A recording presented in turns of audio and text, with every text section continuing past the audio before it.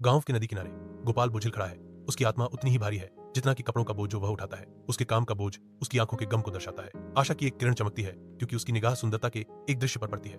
एक मादा गधी नदी से ग्रेसफुली पानी पी रही है। मादा गधी पीने के लिए अपना सिर झुकाती है। उसका रूप धूप में उज्जवल होता है। गोपाल देखता है, उसकी आंखें उसकी सुरुचिपूर्ण चाल पर टिकी हुई हैं क्योंकि वह अपनी प्यास बुझाती है। नदी बहती रहती है, गोपाल की चिंताओं को दूर ले जाती है और नदी के किनारे एक शांत सुंदरता का क्षण लाती है। गोपाल रुक जाता है, नदी के किनारे पर विचार करता है जो स्वतंत्रता के लिए एक मौन निमंत्रण है। उसकी उम्मीदें अचानक टूट जाती हैं क्योंकि मालिक हस्तक्षेप करता है, उसे पानी के आकर्षण से दूर ले जाता है। गोपाल पर निराशा छा गई। उसकी परिस्थितियों का भार उसकी आंखों में भारी था। निराशा के बीच गोपाल के भीतर दृढ़ संकल्प की एक चिंगारी जलती है क्योंकि वह अपना अगला कदम उठाने की योजना बनाना शुरू कर देता है। उज्जवल सुबह के आसमान के नीचे गोपाल नदी में कूद जाता है। मालिक सदमे में देखता है क्योंकि गोपाल सतह के नीचे गायब हो जाता है। गोपाल पूरी तरह से डूबा हुआ है, चुपके से मुस्कुरा रहा है। नदी बहती रहती है, गोपाल के गुप्त मनोरंजन को अपनी सतह के नीचे छिपाती है। हर दिन नदी के किनारे गोपाल की ताकत धीरे धीरे कम होती जाती है। एक पैर फिसलता है, एक झूठा लड़खड़ाहट, एक बनावटी बीमारी। वह सर्दी का बहाना करता है, वह लड़खड़ाता है, वह गिरता है। तेज धूप के नीचे गांव जीवन से भरपूर है।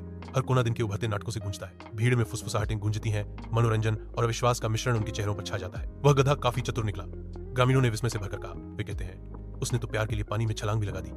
गधे की हिम्मत पर हैरान। प्यार में पड़े गधे की कहानी दिन की सबसे मनमोहक गपशप बन जाती है जो खुशी और हंसी फैलाती है। चमकदार धूप के नीचे नदी का किनारा चमकता है जो कोमल आराम के दिन का वादा करता है। एक शांत मुस्कान उसके होठों पर आती है जो एक गुप्त खुशी का संकेत देती है। विचारों में खोई वह बड़बड़ाती है, अगर यह इतना गिरता है तो प्यार सच्चा होना चाहिए। उसकी आंखें आशा से चमकती हैं जो स्नेह की गहराई को दर्शाती है। नदी उसकी शांत सपनों को दर्शाती है। हवा पर प्यार की फुसफुसाहटें ले जाती है। वह सुनहरी रोशनी में नहाती है।